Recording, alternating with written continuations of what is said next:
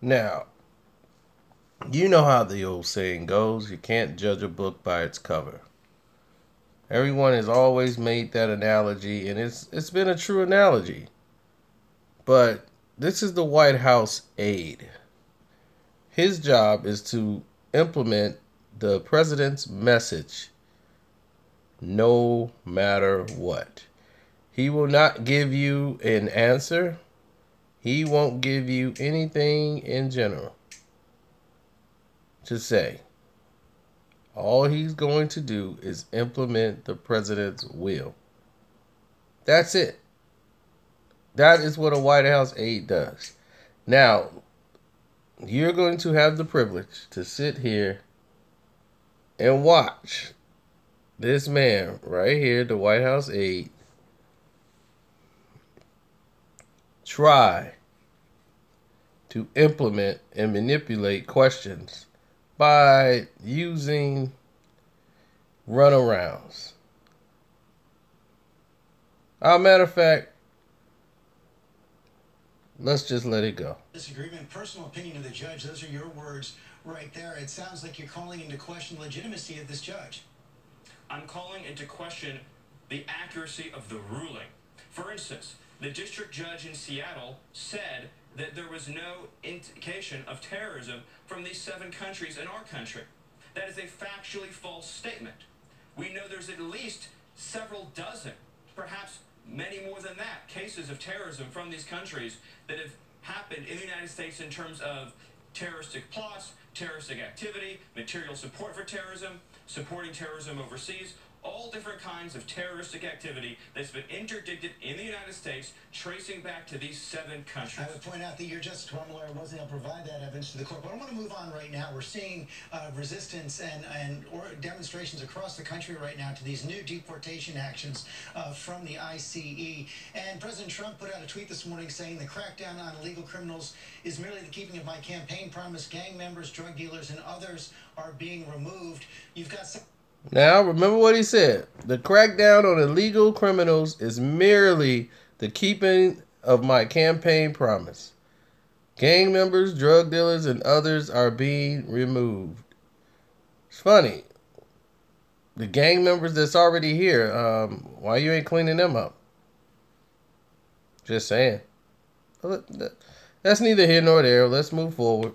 Several cases where those who are not gang members, drug dealers, being removed. Come on, Stephen Miller, tell us. Protesters right now believe that the new executive order from the president says that any undocumented immigrant is now subject to deportation. Isn't that true? Well, first of all, I think we should keep in mind that the president does not make the law. Congress makes the law of the United States. And if you, George, or anyone else wishes to change those laws, there's a mechanism for doing so. Secondly, the executive order gives ICE officers the power to prevent crime before it happens by removing people who pose a threat to public safety and a threat to national security. I was on the phone last night with someone from DHS. They removed a gang member and a wife beater. At 4 o'clock in the morning, they arrested them. That person had been on the radar screen for a while, but they were not deemed a priority by the previous administration because they didn't have the right kinds of convictions. That action will probably end up saving American lives or saving the well-being and physical safety of American residents. All over the country right now, we are engaging in action to prevent the unthinkable from happening. During the campaign, President Trump stood side by side with mothers who've lost their children. Mothers like Michelle Root. An individual, an unaccompanied minor, showed up on the border. To authorities, they didn't seem like a priority for removal. That person subsequently killed a young girl named Sarah Root.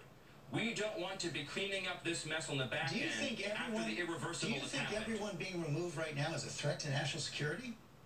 I think, first of all, that it would be improper, unethical, and wrong for me in the White House to pick up the phone and call an ICE officer and say, well, we know you encountered somebody who's here illegally, and we know they have a final order of removal, and we also know that they're a convicted felon, but we would like you to ignore all of those laws. What would you say, George, if I picked up the phone and called an FBI agent and said, I know you're investigating a tax evasion case. I know the person you're investigating is a convicted felon, and I know they've absconded from justice, but I want you to pretend none of that happened, burn the file, go back to your desk, don't do anything. Would you think that would be an ethical and appropriate action for me to take? We are going to follow the laws of the United States, and in following those laws, we will prioritize the removal of people who have criminal records in this country. And if we remove 10 criminal aliens and we end up saving as a result of that 1 or 2 or 3 or 4 American lives, then that is something that is magnificent. Because somewhere across this country today, there is some young child facing some unknown danger, and that danger will be eliminated because of some enforcement action that we are going to take in the coming days, and that's something we should celebrate, not criticize. But the executive order, just to be clear, puts as a priority that goes beyond those who've committed crimes. It basically says that anyone subject to a deportation order now can be removed. I do want to move on, though, as well, because we've got this report in the DHS right now saying that the cost of the wall is likely to be above $20 million. That's almost 3 times. Oh, here's the wall. Remember the wall? How much is the wall going to cost? The president says he's going to bring the cost down. And can you guarantee that Mexico will pay? Well, he can bring the cost of the wall down, and he will. And there are many, many ways that we can obtain payment for the wall from our friends to the south. This is Stephen Miller. You're watching the White House Senior Policy Advisor. And I'm so glad you brought this up. In other words, the White House aide. Story after story about the cost of building a security wall on the southern border. I can't remember a time, George, and correct me if I'm wrong, that anyone in the media has ever done a story about the cost of amnesty, about the cost of not enforcing our laws, or the cost of illegal immigration. This is really quite remarkable. It's estimated that illegal immigration costs our country state, local, and federal benefits about $100 billion a year. Stopping new illegal immigration, preventing the effects that will have on our schools, on our hospitals, on our welfare system, on our wage earners, will save taxpayers hundreds of billions of dollars. This wall will pay for itself many, many, many times over. And it's just astonishing to me that the media is so interested in how much it costs to secure our border and has no interest in the cost of refusing to secure our Of course, border. they meant $21 billion, not $21 million. And of course, those stories have been done as well. But this is a very simple thing. How are you going to guarantee that Mexico is going to pay for this wall? They have said absolutely not. They will not pay for it. And they won't. There's all kinds of things we can do. I'm not going to make news today by announcing what our strategy is going to be. That's one thing that's different between this president and past presidents, is we don't lay out all of our cards for everybody to see. I also do want to address briefly the point you made about final orders of removal. This is such a great point. We've been lectured all week long about respecting the rulings of the judiciary. And yet, in the last 24 hours, we're being asked about whether or not we should respect the rulings of judiciary after final orders of removal have been issued, after all the immigration appeals boards have had their say, after the immigration lawyers and immigration judges have had their say. Then say, well, there's 1 million people in our country who have final orders of removal, and we, as the White House, should ignore that judicial proceeding. You can't have it both ways. You either respect the rulings of the court or you don't. Let's move on to the troubles facing National Security Advisor General Flynn right now. The Washington Post reported, of course, this week that he did have contacts with the Russians where he discussed sanctions, which is contrary to what Vice President Mike Pence said back in January. Let's look. I talked to General Flynn yesterday, and the conversations that took place at that time were not in any way related to new U.S. sanctions against Russia. Of course, the Washington Post report, after talking to 9 intelligence officials, said that he did discuss the sanctions, and General Flynn has changed his response. Before he denied it, now he's saying he doesn't remember. Number one, did he mislead the vice president? And how do you respond to Democrats like Nancy Pelosi, who say that General Flynn's security clearance should be revoked until the FBI investigates his contacts? Well, I don't have any news to make to you today on this point. It's a great question for our chief of staff. It's a great question for the office of the vice president. I think that I don't have any.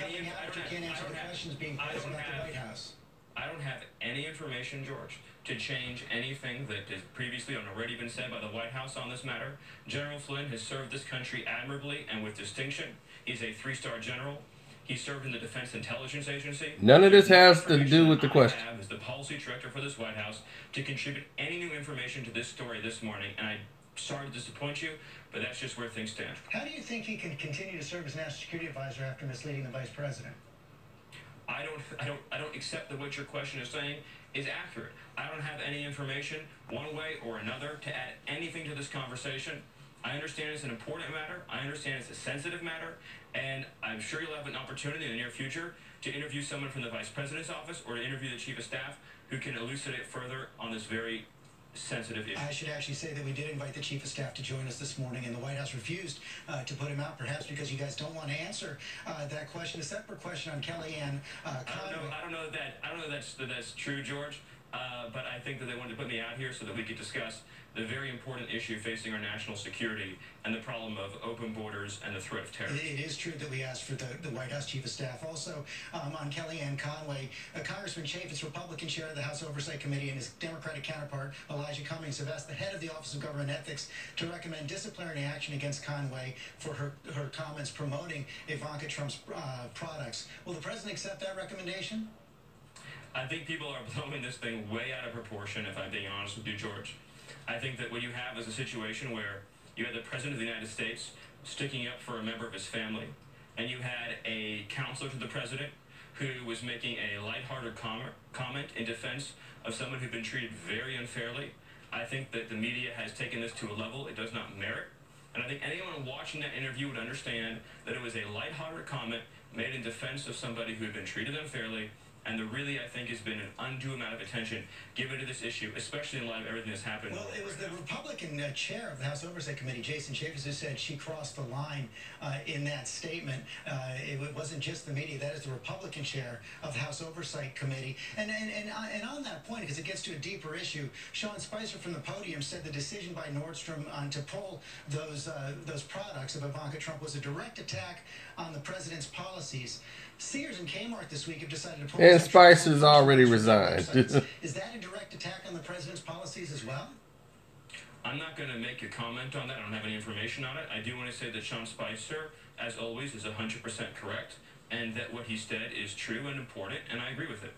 So then you are making a comment on it. I'm not going to make any new comment. I'm going to stand by the White House press secretary and his comments, and I'm also going to call for sanity in discussing this issue.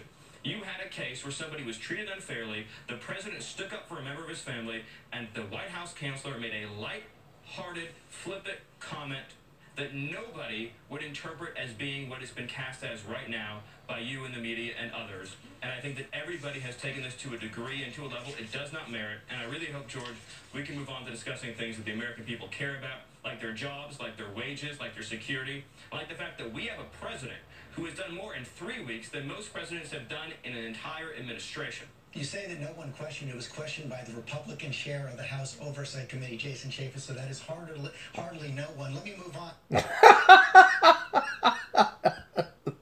That's classic. It was questioned. Everybody's trying to figure that out. What has he done?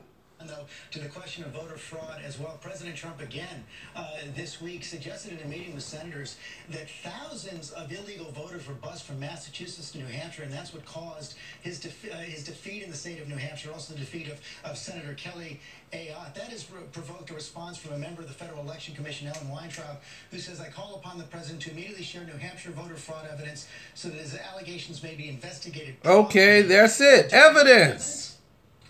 I've actually, having worked before on a campaign in New Hampshire, I can tell you that this issue of busing voters into New Hampshire is widely known by anyone who's worked in New Hampshire politics. It's very real. It's very serious.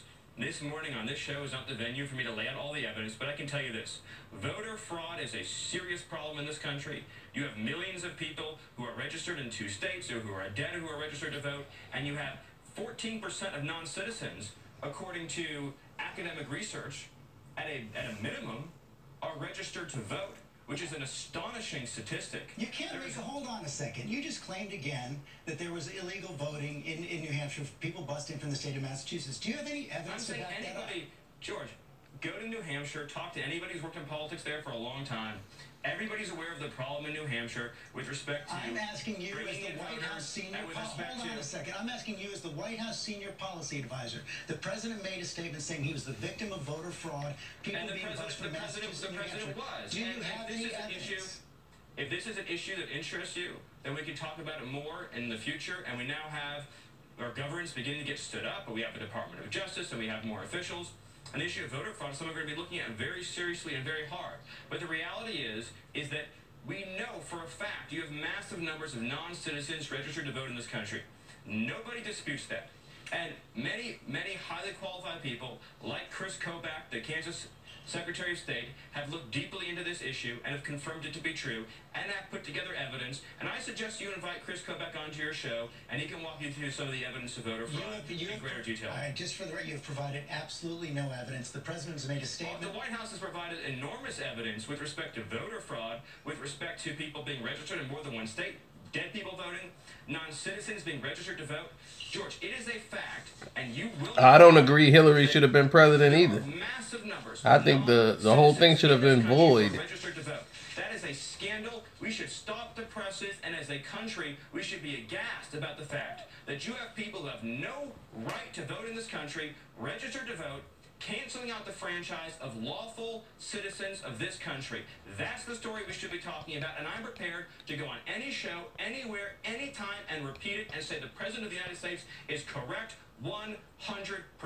Well, you just repeated that. You just made those declarations, but for the record, you provided zero evidence that the president was the victim of massive voter fraud in New Hampshire. You provided zero evidence. Anyone who's worked in New Hampshire politics is familiar with that issue. You provided zero evidence that the president's claimed that he would have won the popular vote if 3 to 5 million illegal immigrants hadn't voted. Zero evidence for either one of those claims. Well, it's right. The non-citizen voting issue. The non-citizen voting issue is pervasive and widespread, and we are going to protect our country from voter fraud. We're going to protect our borders from terrorism, and we're going to protect innocent men, women, and children from violent, criminal, illegal immigrants that need to be removed from this country. And our country will create jobs, safety, prosperity, and security, particularly for disenfranchised working people of every background, faith, and ethnicity in this country. Yeah, I told you, it's hard to just look at somebody and tell when somebody's just lying. This is Stephen Miller, the Trump senior policy advisor, the aide. And I guess they elected him to go out because he's the only one that can speak a sentence. And they don't understand what in the world he's talking about. I don't think he even understands what he's talking about. All he does is run in circles. And don't answer anything.